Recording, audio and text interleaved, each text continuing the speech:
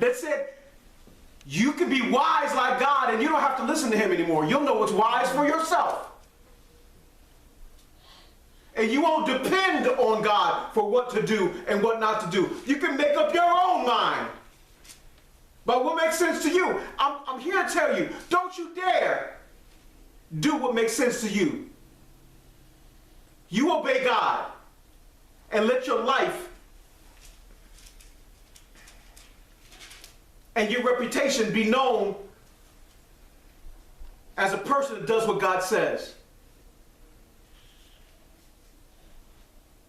I don't know why you're doing all that, because God said do all of that. God said to who he loves, he chastens.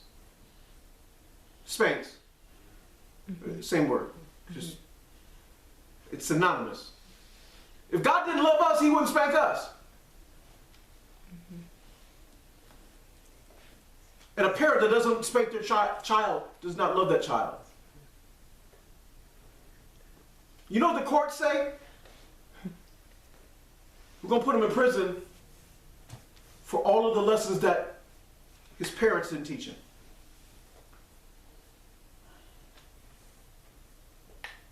What that kid needs is a positive role model that the parents didn't step up to. The Bible says, beat him and he will not die. Not by the hand of the parents, because the parent knows when to stop. The guy in the street is going to beat him and not know when to stop.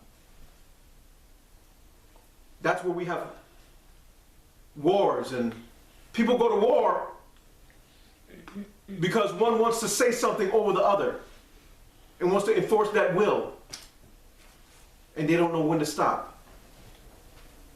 There's not a power greater than God, and God does not force you, but he will spank you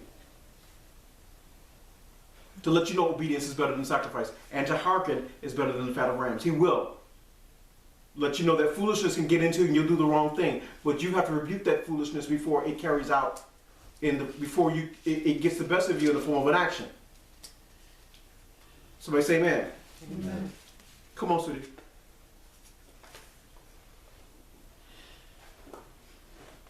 Those things that you've heard and seen in me, do those things, and the God of all peace shall be with you. If you do what your father does, what your father taught, the God of peace will be with you. Well, I think that's incentive. But I rejoice in the Lord greatly that now at our last care in me have flourished again, wherein you were also careful, but you lacked opportunity. Now I speak in respect of want. I speak not in now that I speak in respect of want, for I have learned in whatsoever state I am, there to be content. I know both how to be abased, and I know how to be abound. Everywhere and in all things I am instructed, both to be full and to be hungry, both to abound and to suffer need. It seems contradictory, it seems impossible, it seems crazy. But these are the lessons that Paul is saying that I've learned, because these are lessons I learned from God. And then 13, he says, after I've learned these lessons, I figured out that I can do all things. I can make it because God has shown me some things about what he put in me. God has shown me the power that he put there that I can rest on, and I can believe in the power that God put in me, and I won't fall to pieces. I won't be so overwhelmed by grief that I want to take my own life or someone else's. I'm not going to get so angry that I'm going to just snatch the life out of somebody, because I have power in me that holds me back. I can. Somebody say I can. I can. Do all things. Do all things. I can exercise restraint. I can exercise compassion. I can forgive. That hasn't always been in my heart, but now this power that God put in me, that power enables and empowers me to forgive where I'd never forgive anybody for doing that. There's stuff in my life, curse be the ground for your sake now. You do me wrong, I will always remember that. Don't even come look at my way asking me for a crumb. Because I will always remember that time you did me wrong. You forgive. God gives you power to love.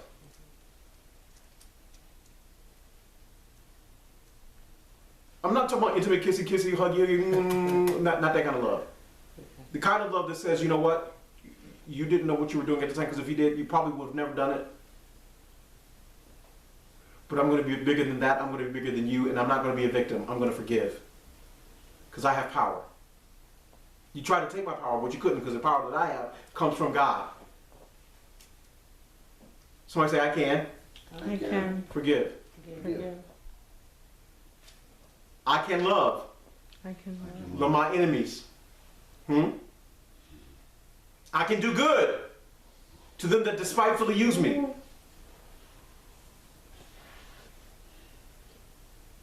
I can treat other people like I want to be treated. Because God gave me power. I can do all things through Christ that strengtheneth me.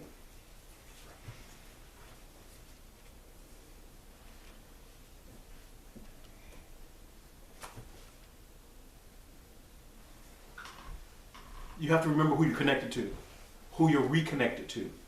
You have to remember, like, when you were born the first time, they disconnected an umbilical cord. Salvation reconnected you to your parent, to your father. So there's blood that flows through that umbilical cord, that spiritual umbilical cord that comes from the Father, and He supplies your every need. So you can't lack as long as you're connected.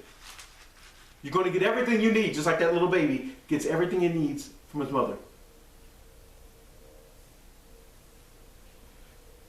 That baby, you put that baby in water, it's going to drown prior to being born. But as long as that baby's connected, that baby doesn't even need air. That baby's alive and well underwater. That's how much that baby's need is supplied. That means you being connected to the Father by salvation and your faith, by grace through faith, you're saved. Be connected to the Father means that you are restored with everything that you need to live now. Joy. You have joy because it's in His presence is the fullness of joy. You can't be depressed because you can do all things through Christ. You can't be overwhelmed. You can't be overcome because you are more than a conqueror because you're connected. This is who you are. This isn't just what God is doing as a favor to you. This is what He does for all of His children. Because you're a child of God and you're connected to the Father, you can't walk around normal or ordinary. You have to walk around extraordinarily.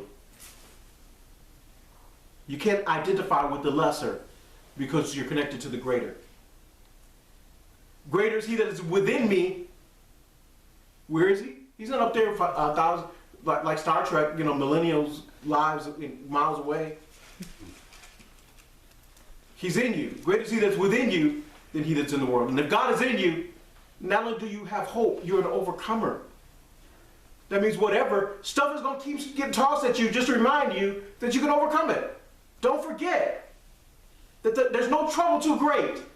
There's no challenge too wide that you won't get. You get over this. You get around this. Not because you're great, but because great is in you. Because of the power that resteth in you, that power, it can do greater, exceedingly abundantly more than you can ask or think. Such is the word from the Lord. Thanks be to God.